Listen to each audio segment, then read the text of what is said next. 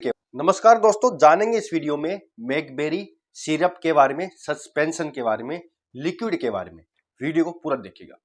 क्या इसकी डोज होती है, कब इसका यूज करना चाहिए, किस किस नाम से मिलती है, कितने रुपए की मिलती है।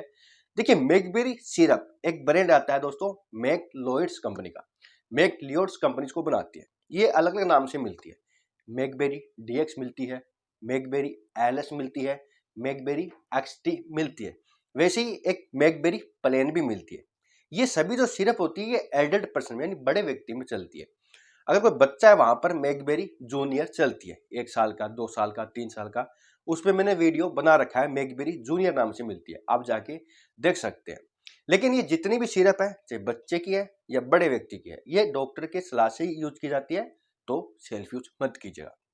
बात देते हैं भाई मैकबेरी प्लेन के बारे में। तो सबसे पहले कहूंगा, ये 120 रुपए की आती है, 100 ml की पीस मिलती है, दवाई की दुकान पर आप ले सकते हैं डॉक्टर की पर्ची से। ये दोस्तों शुगर फ्री आती है, यानी अगर कोई पेशेंट है जिसको शुगर है, शुगर की मेडिसिन ले रहा है, तो वो भी इसका यूज कर सकता है, और जिसको शुगर नहीं है वो भी इसका यूज कर सकता है। तो ये दोनों पेशेंट इसका यूज कर सकते हैं। ये अच्छी बात है सिरप की। कुछ सिरप अलग से लेनी पड़ती है शुगर फ्री, लेकिन ये सिरप है, ये दोनों ही पर्सन इसका यूज कर सकते हैं। स्ट्रॉबेरी फ्लेवर आती है तो कड़वी नहीं लगती।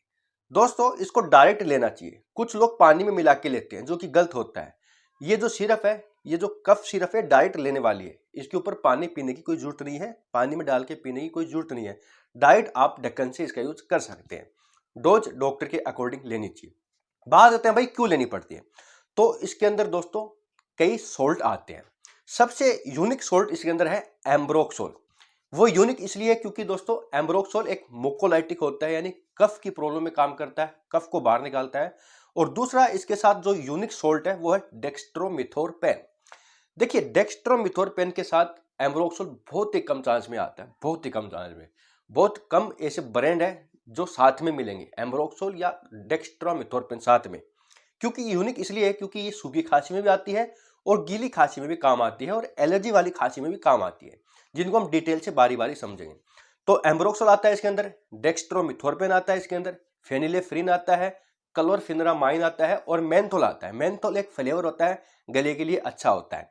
और क्लोराफेनिरामाइन एक एंटी एलर्जी सोल्ट होता है, एलर्जी प्रॉब्लम काम करता है।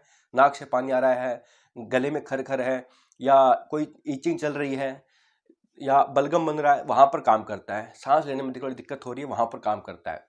कुछ कई बार एलर्जी हो जाती है जिससे थोड़ी सांस लेने में दिक्कत होती है, तो वहां पर काम करता है। फेनिलेफ्रिन डीकंजेस्टेंट होता है, जकड़न में काम करता है। चेस्ट में जकड़न है, गले में जकड़न है, नाक में जकड़न है, वहां काम करता है।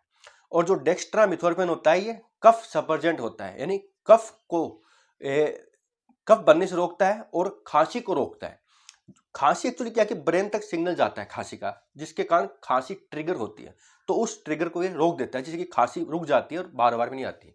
ये जनरली वहां काम करता है जहां पर ड्राई कफ होता है, यानी सूखी खांसी होती है। डेक्स्ट्रामिथोरपेन सूखी खांसी में एक अच्छा काम करता है। तो सूखी खांसी है वो भी ये काम करेगा, और गीली खांसी यानी बलगम वाली खांसी है तो वहां पर एम्ब्रोक्सोल काम करेगा। इसलिए ये थोड़ी यूनिक सिरप है। ये सूखी खांसी में भी काम आती है और गीली खांसी में भी काम आएगी। तो अगर कोई व्यक्ति है जिसको खांसी आ रही है, कफ बन रहा है, अस्थमेटिक एलर्जी हो रही है, यानी अस्थमा सा बनना, सांस लेने में दिक्कत होना, परेशानी होना, तो वो इसका यूज कर सकता है डॉक्टर की सलाह से। ठीक है, आप अपने हिसाब से इसका यूज मत कीजिएगा। तो गीली खांसी में और सूखी खांसी में, दोनों तरह की खांसी में काम करेगी। साथ ही साथ कोई एलर्जी है, नाक बह रहा है, नाक में कफ है, मुक्कस है, गले में मुक्कस है, श्वास लेने में मुक्कस है, तो वहां पर ये अच्छा काम करेगी। डोज जान लेते हैं। तो डोज अकॉर्डिंग अपने डॉक्टर लेनी चाहिए। फिर भी इसकी जो डोज होती है बड़े व्यक्ति में 5 ml से लेके 10 ml तक हो सकती है। दिन में 2 से 3 बार ली जाती है।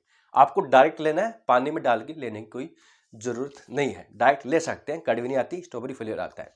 तो दिन में 2 से 3 बार ली जाती है। 5 ml से लेकर 10 ml तक इसकी डोज होती है। ज़्यादा लंबी नहीं चलती, 5-10 दिन तक चलती है, प्रॉब्लम ठीक हो जाती है, खांसी रुक जाती है। इसको लेने के बाद कई बार साइड इफेक्ट भी हो जाते हैं, जैसे कि व्यक्ति को डायरिया हो जाता है, इसको लेने के बाद स्टोमक अपसेट हो जाता है, नोजिया वोमिटिंग भी हो सकती है, हेडेक वगैरह हो सकते हैं, नींद आने में दिक्कत वो आ सकती है। तो ये थोड़े बहुत इसके साइड इफेक्ट है, अलग अलग व्यक्ति में अलग अलग होते हैं। लेकिन अगर हो जाए, ज़्यादा ही सीरियस हो, डॉक्टर को बता दीजिएगा। अगर थोड़े बहुत लाइट होते हैं तो अपने आप ठीक हो जाएंगे। तो दोस्तों, संपूर्ण रिव्यू था मैकबेरी सिरप के बारे में। वीडियो पूरा देखने के लिए बहुत बहुत धन्यवाद।